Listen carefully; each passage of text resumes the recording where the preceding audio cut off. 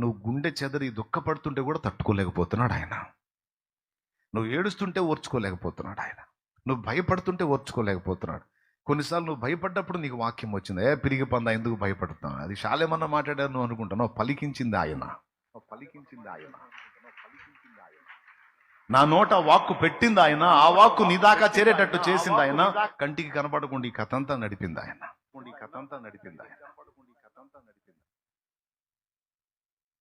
నాదినలో ఒక బ్రదరు పురుగు మందు డబ్బా పొలంలో పెట్టుకొని చెట్టు కింద కూర్చున్నాడంట తాగటానికి. మెసేజ్ వచ్చినప్పుడు టింగ్ మన సౌండ్ వచ్చిందిగా, తాగబోయేటప్పుడు ఆ సౌండ్ వచ్చిందంట. ఓపెన్ చేశాడు, షార్ట్ మెసేజ్ వెళ్ళింది. నిన్ను ప్రేమించి నీ కోసం చనిపోయిన వాడు ఉండగా నువ్వెందుకు చావాలనుకుంటున్నావు పిచ్చోడానేమో. ఎవరికైనా ఏమనిపించదండి. అది ఒకసారి 2 సార్లు జరిగింది అతనికి.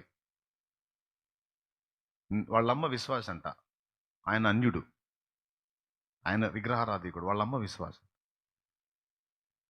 ఆయన నా ఆ వీడియో చూపించి, ఆ ఫోటో చూపించి, ఈయనకు నా గురించి ఎందుకు చెప్పావు నువ్వు అన్నాడంట. నీ గురించి నేను చెప్పటం ఏందిరా, ఆయన నాకు కూడా తెలియదు, ఈయన చిలకలూరుపేటలో ఉంటాడంట ఆయన పాస్టర్ గారు, నేను చూద్దాం అనుకున్నా చాలాసార్లు, నాకు తెలియదు అయ్యా, నేను బాగా ఇంతవరకు ఆయన కలవలేదు, కలిస్తే కదా నీ గురించి చెప్పటానికి, కలవలేదు అసలు, మనిషినే కలవలేదు నేను. మరి ఏనేది న్యాయమిటి పడ్డాడు, ఏనేది న్యాయమిటి పడ్డాడు ఏంది, అసలు నేనేం చేసుకుంటే ఆయనకి ఎందుకు అని గొడవ వేసుకున్నాడంట. అసలు ఈయన ఎక్కడ ఉంటాడు ఈయన అని ఎంక్వైరీ చేసి వచ్చాడు. ఆయనకి వచ్చి కూర్చున్నాడు చర్చిలో.